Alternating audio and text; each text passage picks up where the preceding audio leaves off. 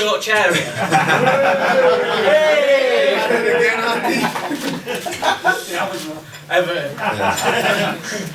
Well, ladies and gentlemen, I think we have just witnessed one of the greatest nights I can remember in British boxing. And that was one of the most dramatic wins. The walkout, the first round, the third round, the celebrations after. Just a night I think none of us will ever forget. And before I pass over to Tony, I just want to say a quick thank you, of course, to the team, Tony's team, Dave Caldwell, who's been just sensational in camp. They've got a wonderful relationship. And, okay, just let me speak, please. I know you've got enough to say. Dave Caldwell's done an unbelievable job. Gaz and Fran, you know, there was moments, probably just speaking to Gary 5 weeks ago, where he phoned me up and we were running out of time to do the event here. And Gary just said, look, I think it's too many distractions. He's going to be running around selling tickets. And I said, no, I think you're right. Let's leave it. And he went, yeah. And then we kept on talking. And then about a minute later we said, but it would be unbelievable, wouldn't it? And he said, yeah, it would be. I said, fuck it, let's do it. And he went, yeah, go on then. And I don't know how in 3.5 weeks we managed to get 17,000 people in there. But one of the reasons is because of Everton Football Club. All the media guys, Alan McTavish, and you know, football seasons when they finish, all the team and staff like to go away on holiday, and the people at the club have really got behind the event and pushed it. And without them, and particularly without Bill Kenwright's vision, we could never have made this night possible. And I'm so pleased we made it possible, because you cannot buy moments like that in life. You know, Makabu said this wasn't a movie. This is on another level to a movie. You can't make shit like that up.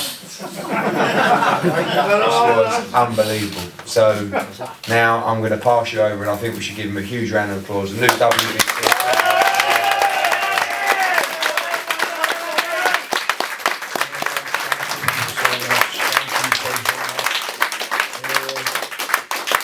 So many people to thank, and there's so many things to say that I don't know. This is the first fight my son's ever been allowed to come to. He's never been to a fight in his life. Make sure he comes. And do you know what, I'll be totally honest, it kind of freaked me out, because although I gave permission for him to come, I told me missus the one thing that I don't want to see him and I don't want to see you, because you know what, the only weak part of me, I'm horrible when I get in the boxing ring. I'm vicious, I'm nasty, as you've just seen. The only weak part of me is my kids and my missus.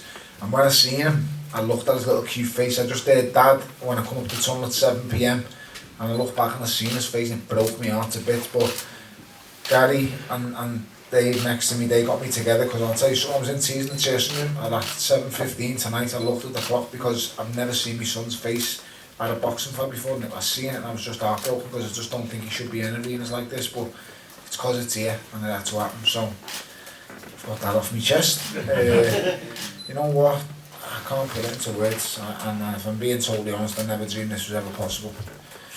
Never in a million years. The movie, when it happened in the movie, I just thought that's the closest I'm ever going to get. And I'll tell me kids and their kids that I thought of Goodison Park, it was all in the movies, but you know what? I've done it now, I've done it for real, and I've won. Oh wow, Dan. I've won the WBC World title at Goodison Park, and it's unbelievable. I go down, not just in boxing books, but I go down in Everton's history books, and although I didn't get to kick a ball because I was too fat, I wasn't good enough playing football, I go into Everton's history books, the first man to ever box in Goodison Park for a world title, and you know what, I won it here as well. So I don't know what to say. I know there's going to be loads of questions asked. So many people in this room who've travelled the journey with me. A lad over there, a journalist called Chris Walker, who's been following me since the second amateur fight ever. And he's been all over these mad places with me. Win ABA titles, novice ABA titles. It's a crazy journey, mate. And like I always said in this whole build-up, the journey and everything happens for a reason. Everything's led me to here and tonight. A bank holiday Sunday, Goodison Park. I've just won the world title, mate. I'm champion of the world. Can you believe I'm champion of the world? I always thought, if I'm totally honest, I was going to be like a nearly man, or just about get there and I'll lose the very top. And I didn't even know how I was going to beat Makabu. I'll be honest, I didn't know.